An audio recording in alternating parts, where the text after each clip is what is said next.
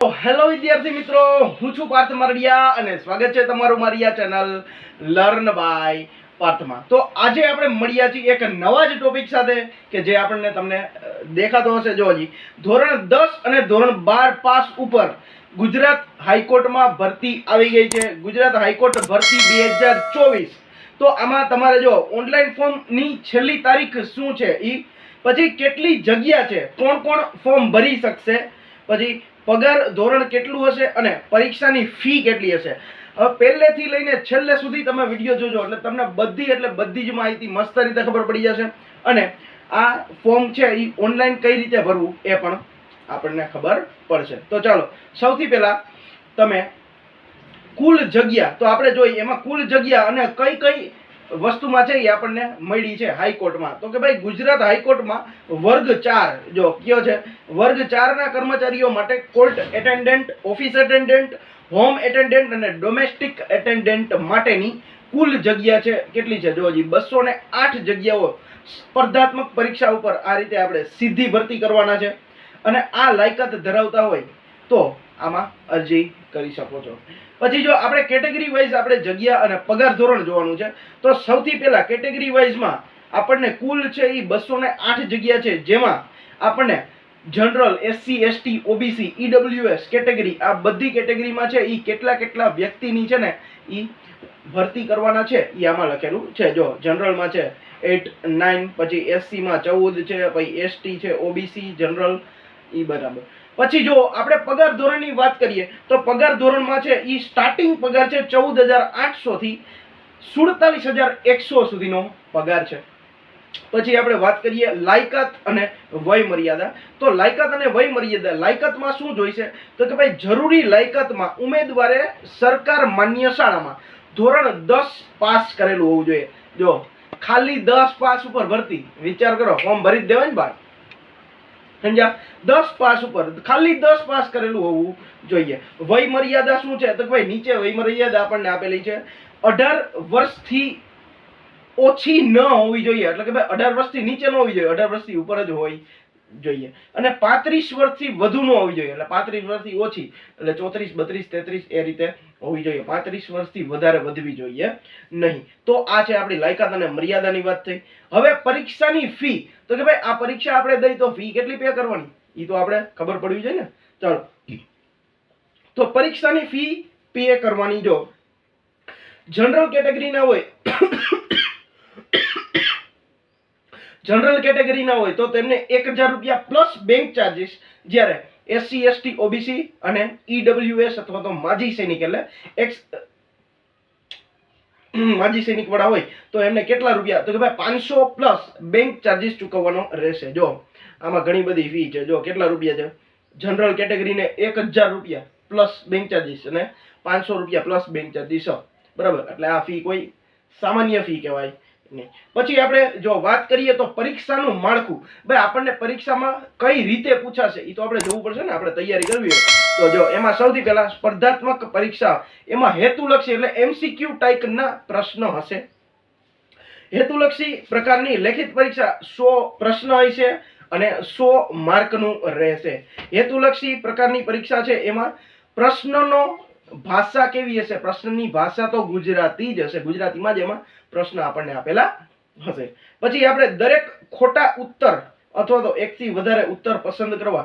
જો એક ખોટો ઉત્તર હોય અથવા તો 1 થી વધારે આપણે 2 થી 3 જવાબ ટીક કરેલા હોય તો 0.33 એટલે કે નેગેટિવ માર્કિંગ પણ છે આમાં. એટલે જો આમાં આપણને 1.5 માર્ક કપાઈ જાય.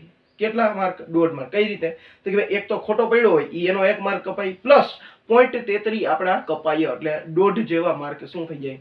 આપણા કપાઈ જાય. પછી છે પરીક્ષાનો સમયગાળો છે 1 કલાક અને 30 મિનિટ એટલે કે 90 સમય, આમાં 90 મિનિટ આપેલો છે એટલે કે 1.5 કલાકનો રહેશે. અને હેતુલક્ષી પ્રકારના એટલે એમસીક્યુ છે એનો અભ્યાસક્રમ શું છે તો એ આમાં જોઈએ તો કે ભાઈ સૌથી પહેલા આમાં લખેલું છે ગુજરાતી ભાષા, એટલે આપણને વ્યાકરણ ને એવું બધું આવડવું જોઈએ. પછી એમાં લખેલું છે સામાન્ય જ્ઞાન, જનરલ નોલેજના ક્વેશ્ચન છે, જનરલ નોલેજના એમસીક્યુ આવડવા જોઈએ. પછી ગણિત છે, સામાન્ય ગણિત છે એ સામાન્ય ગણિત જ આમાં પૂછતા હોય છે. રમત ગમત, સ્પોર્ટ્સ વિશે આપણને જાણકારી હોવી જોઈએ. અને રોજબરોજની ઘટના એટલે કે કરંટ અફેર્સ પણ આપણે તૈયારી કરવાની છે. તો આ રીતે આખું પરીક્ષાનું માળખું આપણને પૂછાય છે. પછી એના પછી હવે જો કઈ ભરતી આવે છે કે ભાઈ ગુજરાત હાઈકોર્ટ દ્વારા બેલીફની ભરતી બહાર પાડવામાં આવે છે. જો બે કઈ છે એમાં લખેલું છે ગુજરાત રાજ્યના જિલ્લા ન્યાયાલયો હસ્તકની પ્રોસેસ સર્વર બેલીફની કુલ 198 જગ્યા છે. જ્યારે બી માં લખેલું છે ઔદ્યોગિક ન્યાયાલયો અને મજૂર ન્યાયાલયો હસ્તકની બેલીફ. જો એની કેટલી છે કુલ છે 12 એટલે 198 અને 12 એમ કરીને 210 કુલ ટોટલ બેલીફની જગ્યા આપણને આપેલી છે. તો આ રીતે તમે અરજી કરી શકો છો. તો એમાં પણ કેટેગરી વાઇઝ જગ્યાઓ છે. કેટેગરી વાઇઝ જગ્યામાં આપણે વાત કરીએ તો એમાં એટલે કે ભાઈ જિલ્લા ન્યાયાલયો હસ્તકની 198 જગ્યા છે, જેમાંથી general, SC, ST, OBC, EWS બધી કેટેગરીના છે. અહીંયા જો તમને લખેલું છે, તમે જોઈ શકો છો. તેવી જ રીતે નીચેની છે ઔદ્યોગિક ન્યાયાલયોમાં એમાં છે એમાં પણ બેલીફની ટોટલ 12 જગ્યા છે અને એમાં એસસી, એસટી, જનરલ, ઓબીસી માં પણ તમે જોઈ શકો છો. આ રીતે ફોર્મ ભરાશે.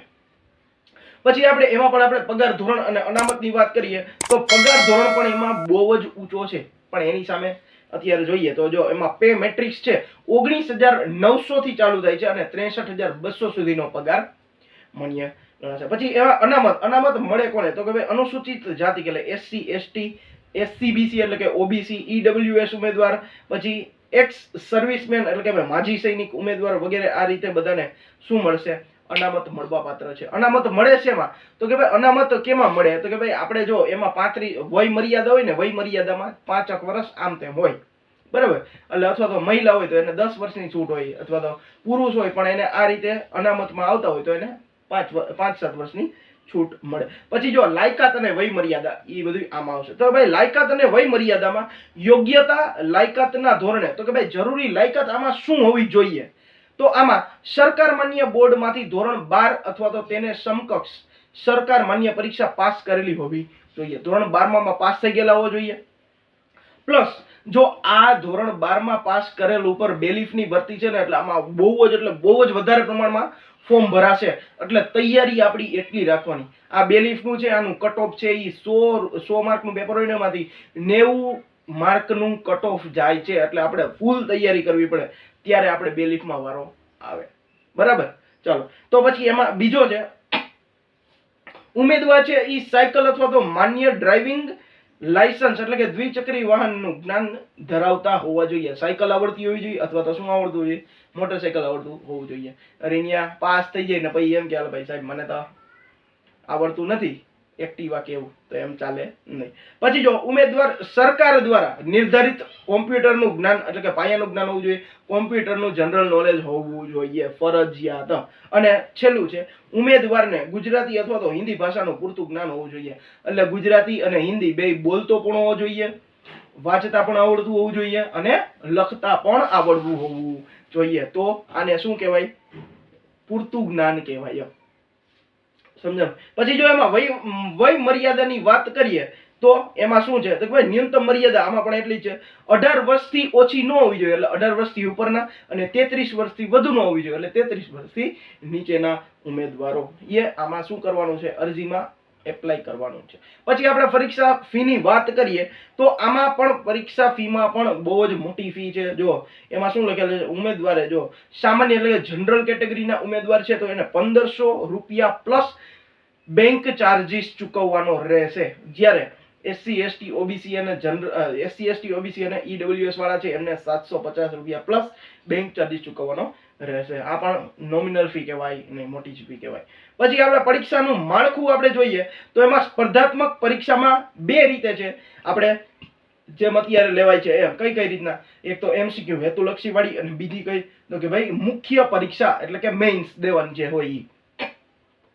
હેતુલક્ષી પ્રકારની લેખિત પરીક્ષા એલિમિનેશન ટેસ્ટ શું કામ કહેવાય તો કે ભાઈ જો એમાં 100 માર્કના એમસીક્યુ હોય અને 90 મિનિટનો ટાઈમ હોય. 100 માર્કના એમસીક્યુ માંથી ઘણા બધો મોટો ચાયણો લાગી જાય. શું કામ? કારણ કે જો ઘણા બધાને એમસીક્યુ માં વાંધો આવતો હોય એટલે એને એમસીક્યુ માં માર્ક ઓછા આવે એટલે મેન્સમાં ઘણા બધા ઓછા થઈ જાય. એટલે ધારો કે 5 લાખ ફોર્મ ભરણા હોય તો 2.5 થી 3 લાખ જ ફોર્મ થઈ જાય, ડાયરેક્ટ 2.5 લાખ નીકળી જાય. કારણ કે MCQ માં બધાને વાંધો આવતો હોય એટલા માટે. અને પછી મુખ્ય લેખિત પરીક્ષા એટલે વર્ણનાત્મક પ્રકારની છે, એમાં પણ 100 માર્કનું પેપર હશે અને 3 કલાકનો પૂરતો ટાઈમ હશે. પછી આપણે વાત કરીએ હેતુલક્ષી પરીક્ષાનું માળખું એટલે કે ભાઈ પરીક્ષાનો અભ્યાસક્રમ શું હશે. તો કે ભાઈ જો આમાં પણ એવું જ છે. હેતુલક્ષી પ્રકારની લેખિત પરીક્ષા એનિમેશન ટેસ્ટ એમાં 100 માર્કની હશે. પ્રશ્નની ભાષા ગુજરાતી હશે. એમાં પણ એક અથવા તો એકથી વધારે ટીક કરેલા હશે અથવા તો ઓછું ખોટું ટીક કરેલું હશે તો પણ 0.33 કપાશે. એટલે ઓની જેમ જ 1.33 માર્ક કપાશે. અને પરીક્ષાનો સમય છે 1 કલાક અને 30 મિનિટનો એટલે કે 1.5 કલાક. અને નીચે મુજબનો અભ્યાસક્રમ હશે તો એટલે ગુજરાતી ભાષા એટલે કે ભાઈ વાંચતા લખતા પ્લસ એમને વ્યાકરણ ફરજિયાત આમાં પૂછે છે. વ્યાકરણ આવડવું જોઈએ. પછી સામાન્ય જ્ઞાન જનરલ નોલેજ હોવું જોઈએ. ગણિત સાદું એવું ગણિત અથવા તો એવું હોવું જોઈએ. પછી રમત ગમત એટલે કે ભાઈ સાદું સ્પોર્ટ્સ નું બધું જ્ઞાન હોવું જોઈએ. બેરોજગારી આ સ્પોર્ટ્સમાં જો આપણે વિરાટ અનુષ્કા ને એવો બધા છે હમણાંની જે બહાર પડી હતી ભરતી એમાં હાઈકોર્ટમાં એમાં ઘણામાં પૂછેલા હતા. એટલે સ્પોર્ટ્સ નું છે એ આપણને આવડવું જોઈએ. રોજબરોજની ઘટનાઓ એટલે કે ભાઈ કરંટ અફેર્સ આપણને યાદ રાખવાનું ફરજિયાત. ઈ સિવાય હાલે નહીં. અને આપણે કોમ્પ્યુટરનું પાયાનું જ્ઞાન એટલે કે ભાઈ હમણાં જો કોમ્પ્યુટરના ક્લાસ થાય છે, CCC ના ક્લાસ થાય છે, બરાબર, એવા ઘણા બધા ક્લાસ થાય છે, એનું સર્ટિફિકેટ હોય તો આમાં કામ આવે આપણને. પછી આપણે મુખ્ય લેખિત પરીક્ષાનું માળખું આપણે જોઈએ તો મુખ્ય લેખિત પરીક્ષામાં સૌથી પહેલા એમાં પણ કુલ 100 માર્કની ટેસ્ટ હશે અને 3 કલાકનો સમય આપવામાં આવશે. એમાં પણ પ્રશ્નની ભાષા કેવી છે? ગુજરાતી છે. અને જો એમાં સૌથી પહેલા ઉપર આપણને એક ફકરો આપેલો હોય છે, એના ઉપરથી આપણે પ્રશ્નના જવાબ લખવાના છે પહેલામાં.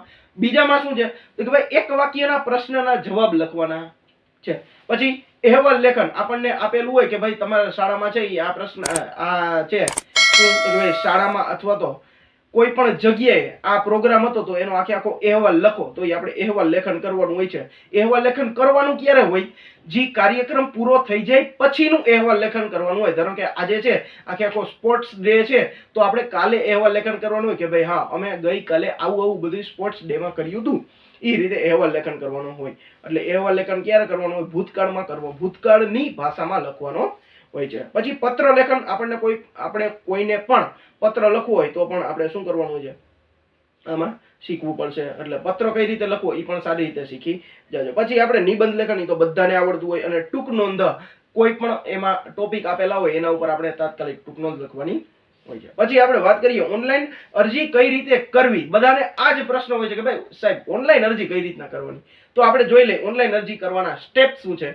તો HC ઓજાસ એટલે કે હાઈકોર્ટ ઓજાસ તમે પોર્ટલ છે એના ઉપર તમે ગૂગલ ઉપર તમે સર્ચ મારશો કે ભાઈ ઓજાસ હાઈકોર્ટ ઓજાસ એટલે એમાં આવશે. એપ્લાય નાવ ઉપર બટન ઉપર ક્લિક કરવાનું અને એપ્લિકેશન ફોર્મ ભરી દેવાનું. હવે જો ઈ જાહેરાત અમને એડવર્ટાઇઝમેન્ટ આપેલી હશે ઈ તમારે બધી જ સારી રીતે વાંચી લેવાની. એમાં શું કહેવા માંગે છે ઈ. પછી ઓનલાઈન અરજી કરતા પહેલા પોર્ટલ પર ઉમેદવારે ફરજિયાત રજીસ્ટ્રેશન કરવાનું રહેશે. એટલે કે ઓજાસ ઉપર આપણે રજીસ્ટ્રેશન કરી છે QOTR વન ટાઈમ રજીસ્ટ્રેશન ઈ એક કરી લેવાય. એટલે OTR નંબર આપણે આવે ને એનાથી ડાયરેક્ટ ફોર્મ ભરાઈ જાય. આપણે બધી વખત આપણે આખું ફોર્મ ભરવું પડે નહીં. OTR એક ભરેલું હોય એટલે 2 મિનિટમાં આપણને આખું ફોર્મ ભરાઈ જાય. પછી ઉમેદવારે રજીસ્ટ્રેશન કરવા માટે પોતાની પ્રાથમિક માહિતી કાર્યરત અથવા તો એક્ટિવ મોબાઈલ નંબર છે ઈ મેલ એડ્રેસ દર્શાવવાના રહેશે અને મોબાઈલ નંબર ઈમેલ એડ્રેસ અને OTP મારફતે ચકાસણી કરવામાં આવશે કે ભાઈ તમે છે મોબાઈલ નંબર નાખ્યો છે તમારો સાચો જ નાખ્યો છે ને એટલા માટે OTP દ્વારા શું કરવામાં આવશે? ચકાસણી કરવામાં આવશે. પછી જો સફળતાપૂર્વક રજીસ્ટ્રેશન થયા બાદ ઉમેદવારના ઈમેલ ઉપર એક રજીસ્ટ્રેશનનો એપ્લિકેશન નંબર આપવામાં આવશે. ઈ નંબર આપણે શું કરવાનો છે? રજીસ્ટ્રેશન થયા બાદ પછી એમાં જો રજીસ્ટ્રેશન થયા બાદ ઉમેદવારે ઈમેલમાં મેળવવાનો રજીસ્ટ્રેશન એપ્લિકેશન નંબર છે ઈ તથા રજીસ્ટ્રેશન વખતે બનાવેલ પાસવર્ડની મદદથી આપણે પોર્ટલ ઉપર છે આપણે શું કરી લેવાનું? લોગિન કરી લેવાનું. પછી જો ઉમેદવારે કરેલ ઓનલાઈન એપ્લિકેશન ફક્ત ત્યારે જ માન્ય ગણાશે જ્યારે ઉમેદવારે ફી સફળતાપૂર્વક ભરી હશે.